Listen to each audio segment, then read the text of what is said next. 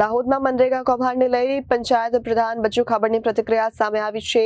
મારા પુત્રની સપ્લાયની એજન્સી છે હોવાનું બચુભાઈ ખાબડે જણાવ્યું। મને અને મારા પુત્રને બદનામ કરવાનો કોંગ્રેસ આક્ષેપ કરે છે તેવું પણ જણાવ્યું। દાહોદ મનરેગા કૌભાંડને લઈ પંચાયત પ્રધાન બચુ ખાબડની પ્રતિક્રિયા સામે આવી છે। મારા પુત્રની સપ્લાયની એજન્સી હોવાનું જણાવ્યું છે। મને અને મારા પુત્રને બદનામ કરવા કોંગ્રેસ આક્ષેપ કરે છે। બીજી પણ એજન્સીઓ છે। મારા પુત્રનું નામ આવતા જાતે હાજર થયા છે ત્યારે અમને ન્યાયતંત્ર પર સંપૂર્ણ ભરોસો હોવાનું બચુભાઈ ખાબડે જણાવ્યું છે। તપાસમાં પૂરતો સહકાર આપીશું બચુભાઈ ખાબડ। ત્યારે રાજીનામા અંગે બચુભાઈ ખાબડે કહ્યું કે મારો વિષય નથી। પ્રતિક્રિયા સામે આવી છે ત્યારે કોંગ્રેસના પ્રમુખ હર્ષદ નેનાવાની પણ પ્રતિક્રિયા સામે આવી છે। હા, અત્યારે દાહોદની અંદર નરેગા માટેની વાત ચાલે છે। તે વાત કોંગ્રેસ કરી રહી છે। છેલ્લા 6 મહિનાથી કોંગ્રેસ આક્ષેપ કરી રહી છે ભ્રષ્ટાચાર થયો છે।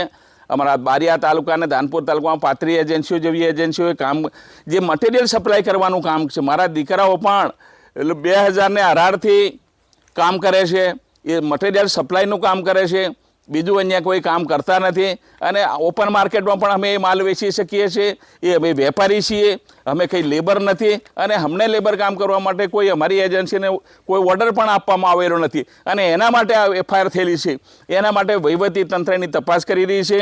સરકારને વહીવટી તંત્ર પર મને પૂરો ભરોસો છે। જે કંઈ નિર્ણય આવશે અમે સ્વીકારવા તૈયાર રહીશું। આવા આક્ષેપો કોંગ્રેસ ખૂબ લાંબા સમયથી દર વર્ષે કરે છે। મારા પર હાઈકોર્ટમાં 2 વાર પીએલએ દાખલ કરી છે।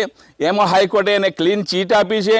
હું 25 વર્ષથી રાજકારણમાં છું, ક્યારેય મારા પર કોઈ આક્ષેપ થયો નથી। 3 વર્ષની અંદર રાજ્યની અંદર પંચાયત મંત્રી તરીકે કામ કરી રહ્યું છું। 1 રૂપિયાનો પણ ભ્રષ્ટાચાર નથી। મારી તમામ યોજના ઓનલાઈન, બદલી બઢતી પણ ઓનલાઈન કરીને હું આજે રાજ્ય સરકારનો વિશ્વાસનાથી કામ કરી રહ્યો છે। મારી સરકાર પણ કામ કરે છે, મારી પાર્ટી પણ કામ કરે છે અને દાહોદ પણ વિકાસની દિશાની અંદર આગામી દિવસોમાં આગળ વધશે। કોંગ્રેસ પાયા વિહોણીની આ વિરોધ કરવા માટેનો એની પાસે કોઈ સાધન નથી। એના માટે આ આક્ષેપો કોંગ્રેસ કરી રહી છે। રાજ્ય કક્ષાના મંત્રી પંચાયત મંત્રી બચુભાઈ ખાબડ સાહેબ જે વર્ષોથી અહીંયા પંચાયત મંત્રી છે, એમના બંને છોકરાઓ દ્વારા સેંકડો કરોડનો ભ્રષ્ટાચાર થયેલો છે।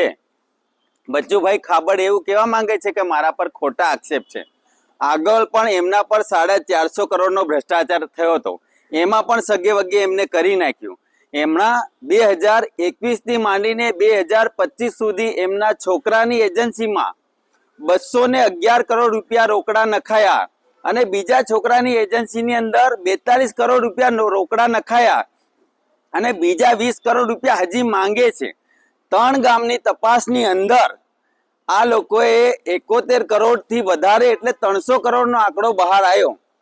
જો ધાનપુર અને દેવગઢ બારિયાના 143 ગામો છે, દરેક ગામનો અને 15 વર્ષનો તપાસ કરવામાં આવે તો સેંકડો કરોડ નહીં, હજારો કરોડનો ભ્રષ્ટાચાર બહાર આવે એવું છે। બચ્ચુ ખાબડ એવું કે આક્ષેપ છે, શું તમારી સરકાર અમારે કીધેલું સાંભળે છે?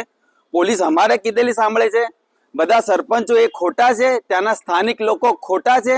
બધાના લોકોના ખેતરની અંદર કોઈ ચેકડેમ નથી, કોઈ દિવાલ નથી, કોઈ ખેતર લેવલિંગ નથી, તો આ બધું શું ખોટું છે? ડીઆરડીના ચેરમેને ફરિયાદ કરી, એ ખોટી કરી છે।